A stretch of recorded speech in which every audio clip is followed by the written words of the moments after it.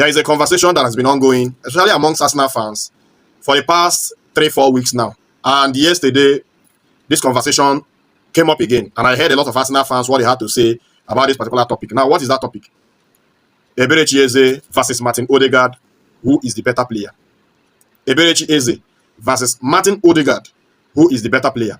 Now, I've watched across social media. I see a lot of, content creators who are Arsenal supporters doing their content. And I heard a lot of things a lot of people had to say about these two players.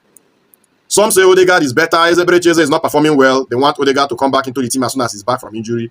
Others are saying, no, Eberechi Eze is a better player and they want Eberechi Eze. Now, let us look at this thing critically. I'll try to summarize this, what I'm going to say about this topic as quickly as possible and within, 3 at most 4 minutes.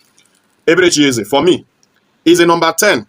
Now, what I mean by a number 10 is a creative midfielder who plays closer to the attacker, can create goal-scoring chances for the attacker, and can score goals whenever the need arises. Martin Ødegaard, for me, is more of a number 8 than a number 10. And I feel that the role that Declan Rice is playing in that Arsenal team currently is best suited to Ødegaard.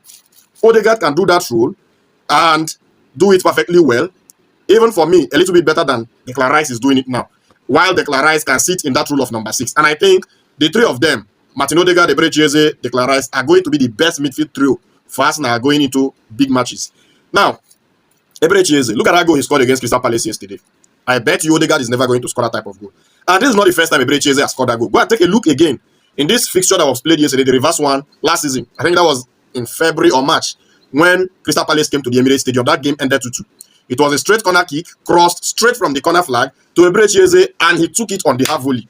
And it was a goal. Yesterday again, look at that bicycle kick. There are not many players in the world that are going to hit that ball, hit it cleanly and on target, and be able to score.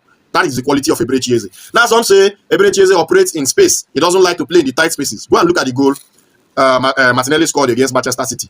Who created that goal? Eberechi Eze. Now, look at that pass. Because I hear a lot of Arsenal fans saying, oh, he cannot drop deep and pick up the ball and create chances the way Ødegaard does. Go and look at that goal, that equalizing goal against Man City. It was Eberechi Eze at his peak. Picking up that pass, seeing the run of Martinelli, lofted it over the defense. Martinelli just, lopped it over the goalkeeper. And that was 1-1. Again, look at Martin Ødegaard. His best qualities is when Martin Ødegaard comes into the infield, dictates play. That is not the best quality of Eberechi Eze. Whereas this is the best quality of Martin Ødegaard. Comes into the field, dictates the play, picks the ball, dictates how the team performs, the rhythm of the team. That is why I say Martin Ødegaard is a number 8 and not a number 10. Because if you want Martin Ødegaard to be close to your attacker, Martin Ødegaard will not stay there. He will always go and look for the ball. Whereas Eberechi Eze, when I watch him in the games that he has played for Arsenal, he's always closer to the attacker. Sometimes when you see Gyökeres move out, Eberechi Eze steps into that